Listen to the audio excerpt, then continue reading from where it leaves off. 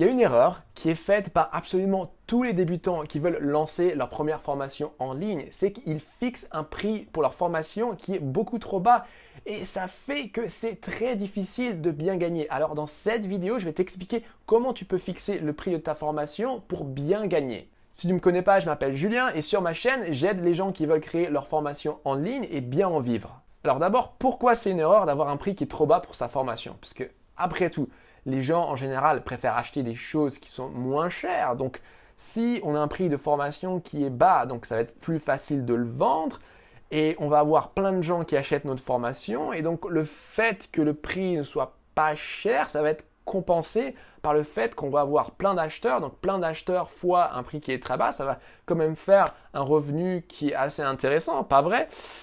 En fait, ça ne fonctionne pas exactement comme ça. Si notre formation est pas bonne ou alors qu'on ne sait pas la vendre, et ben même avec un prix qui est bas, et ben on n'aura pas beaucoup de ventes. Et la deuxième erreur, c'est que quand on débute, on n'a pas encore une grande audience et donc ça va être très difficile de vendre à beaucoup de gens. En général, ce qui se passe quand on commence, c'est qu'on va être capable de faire quelques ventes, mais juste quelques ventes. On va avoir quelques étudiants qui aiment beaucoup notre formation, mais on ne va pas avoir cette énorme masse d'étudiants qui achètent nos formations pas chères.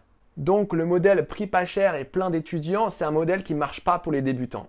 En fait, à niveau de revenu égal, c'est beaucoup plus facile de vendre moins de formations, mais une formation qui est plus chère. Et ça, c'est absolument quelque chose qui est pas du tout intuitif pour les débutants, mais qui est absolument vrai et qui correspond à mon expérience et l'expérience de plein d'autres gens qui ont lancé leur formation.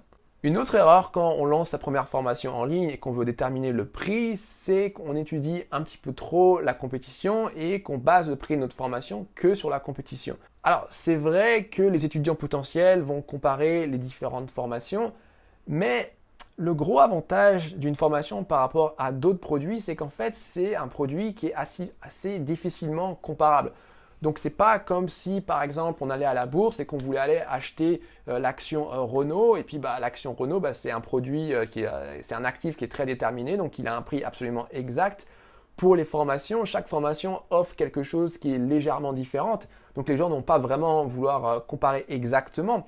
Il y a aussi la question de quelle est ton autorité dans ton domaine. Donc, il va y avoir des gens qui vont avoir plus d'autorité dans leur domaine et donc la valeur perçue de leur formation va être plus haute que la valeur perçue de ta formation où toi, tu es un petit peu moins connu, par exemple. Donc voilà, on peut regarder un petit peu la compétition, mais il ne faut pas non plus être trop obsédé par ça. Donc maintenant que j'ai expliqué les erreurs à éviter, maintenant on veut savoir, ok, alors comment on fait pour déterminer la valeur d'une formation?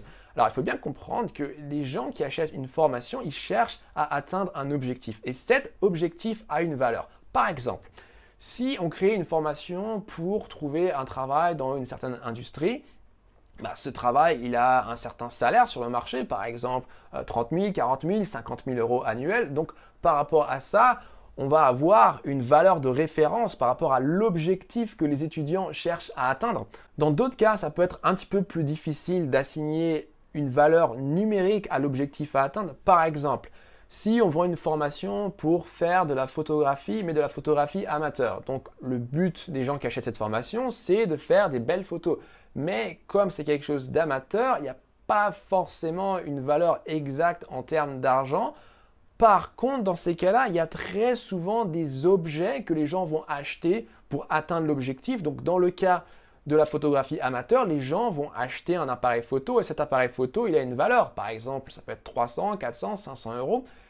Et donc, par rapport à cette valeur, soit de l'objectif direct ou alors d'un objet qui est rattaché à l'objectif qui est l'objectif du cours, on peut ancrer une certaine valeur pour notre cours. Par exemple, dans le cas du cours pour la photographie amateur, quelqu'un qui achète un appareil photo à 300-400 euros, il sera certainement d'accord pour acheter un cours qui vaut 50 à 100 euros. Quelqu'un qui cherche à acheter un appartement, je ne sais pas, moi, 200 000 ou 300 000 euros, cette personne sera certainement d'accord pour acheter une formation qui vaut quelques milliers d'euros pour lui apprendre comment réaliser un bon investissement immobilier.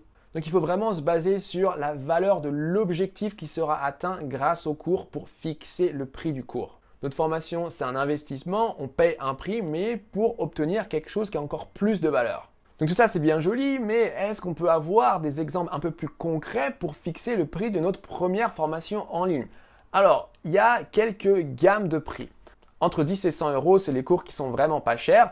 Et tu trouveras beaucoup de ces cours, par exemple, sur une plateforme comme Udemy. Donc Udemy, si tu ne connais pas, c'est une plateforme qui permet de vendre ses cours. Donc sur Udemy, tu as juste besoin d'uploader tes vidéos et Udemy va t'apporter automatiquement les étudiants. Tu n'as rien à faire. Par contre, ils se prennent leur commission et tu es mis en compétition avec les autres professeurs qui sont sur Udemy, les autres formateurs. Et donc, ça limite un petit peu le pricing que tu pourras avoir sur la plateforme. Donc, c'est pour ça qu'en fait, il y a beaucoup de cours qui sont pas chers sur Udemy. Donc, ce pricing-là, ça peut marcher, mais uniquement si tu peux avoir un volume très important d'étudiants, mais ce sera en général pas le cas de ta première formation. Donc, je ne conseille pas vraiment d'utiliser cette formule.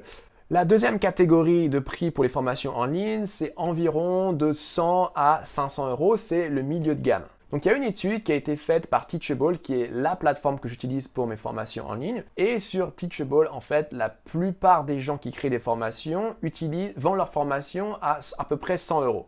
Donc, si vraiment tu ne sais pas à quel prix donner à ta première formation, 100 euros, ça peut être une référence. Après, si tu te sens un peu plus en confiance, tu peux commencer à 200, 300, ça reste encore raisonnable. Ensuite, la prochaine gamme de prix, c'est tout ce qui est au-dessus de 500 euros. Alors, là, on rentre dans les formations qui sont vraiment premium. C'est possible de vendre des formations à ce prix-là et je sais que c'est très surprenant. Moi, quand j'ai vu qu'il y avait des formations qui se vendaient à ce prix-là, d'abord, j'y croyais pas. Je me disais, mais qui est prêt à débourser une telle somme pour acheter des formations en ligne? Ça va jamais se vendre. Mais en fait, c'est complètement faux. Il y a des gens qui sont prêts à acheter ces formations. En fait, à partir du moment où on voit ça vraiment comme un investissement qui nous permet d'atteindre un objectif, ça fait complètement du sens de dépenser des 500, des 1000, des 2000 euros. Ceci étant dit, même si c'est possible, il faut bien prendre en compte que pour vendre des formations à ce prix-là, on ne va pas utiliser les mêmes techniques que pour vendre des formations qui sont un peu moins chères. En particulier, on va devoir avoir un niveau de sophistication un peu plus élevé dans ce qui concerne la vente et le marketing. Par exemple, peut-être qu'on va devoir mettre en place des funnels de vente où il va y avoir différentes étapes. D'abord, on va communiquer de façon gratuite avec les clients potentiels. Après, on va peut-être prendre leur email en échange peut-être d'un guide PDF ou d'une ressource gratuite. Après, on va peut-être organiser des séminaires, etc. Jusqu'à un point où les clients potentiels sont prêts à acheter et finalement ils convertissent. Mais en général, il va y avoir un processus et les gens ne vont pas acheter directement quand ils voient la page de vente. Donc, quand on lance sa première formation, ça peut être un peu de trop de à la fois s'atteler à créer sa formation et à la fois avoir la tête à mettre en place tout ce funnel de vente et réfléchir à tout ce système de vente un petit peu sophistiqué. Donc, peut-être que pour sa première formation, ce n'est pas l'idéal de choisir le premium pricing. Donc, moi, je conseille plutôt de rester dans le milieu de gamme entre 100 et 500 euros. Et si tu ne sais pas, reste à 100 euros. Alors en fait, je t'ai pas tout dit parce qu'il y a une autre règle pour les prix qui est assez intéressante qui s'appelle la règle du 1, 2, 7 et c'est pas moi qui l'ai inventé, c'est quelqu'un qui s'appelle Patio11.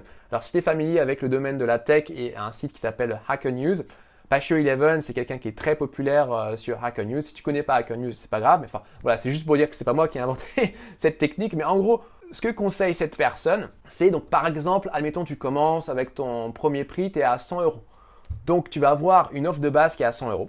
Après, tu vas avoir une autre offre qui est à 200 euros, donc x2. Et après, tu vas avoir une autre offre qui est à 700 euros. Donc en fait, tu vas appliquer les facteurs 1, 2, 7. Et donc tu peux faire ça pour différents niveaux. Par exemple, si tu commences avec un premier produit à 10 euros, tu vas avoir un deuxième produit à 20 euros, un autre produit à 70 euros, etc. L'avantage de faire ça et d'avoir plusieurs produits, c'est qu'en fait, tu peux capturer la valeur maximum pour différents segments de ta clientèle. Parce qu'il va y avoir différents segments qui sont prêts à payer différentes choses. Donc les gens qui ont moins d'argent, évidemment, ils vont vouloir payer moins. Les gens qui ont plus d'argent, ils vont vouloir payer plus. Mais aussi, les gens qui sont plus motivés, ils vont vouloir payer plus. Tu peux aussi voir ça comme une série d'étapes. Donc les gens qui ne te connaissent pas encore, peut-être qu'ils vont être d'accord pour acheter les produits moins chers. Puis petit à petit, ils vont monter les paliers et acheter tes produits qui sont plus chers et qui donnent de plus en plus de valeur. Ça, c'est une stratégie qui est un peu plus sophistiquée que juste avoir un produit avec un prix unique. Donc peut-être que ça, si tu commences juste, tu peux le garder en tête, pas l'appliquer tout de suite. Tu commences, admettons, avec ton cours à 100 euros et puis par la suite, si tu veux rajouter d'autres produits, tu peux penser à cette stratégie des 1, 2, 7. Alors, Après t'avoir dit tout ça, moi ce que je me demande, c'est quel sera le prix de ta formation et pourquoi tu penses que c'est un bon prix. Dis-le moi dans les commentaires. C'est tout pour cette vidéo. On se voit bientôt sur une autre vidéo pour comment lancer ta première formation en ligne. Bye bye.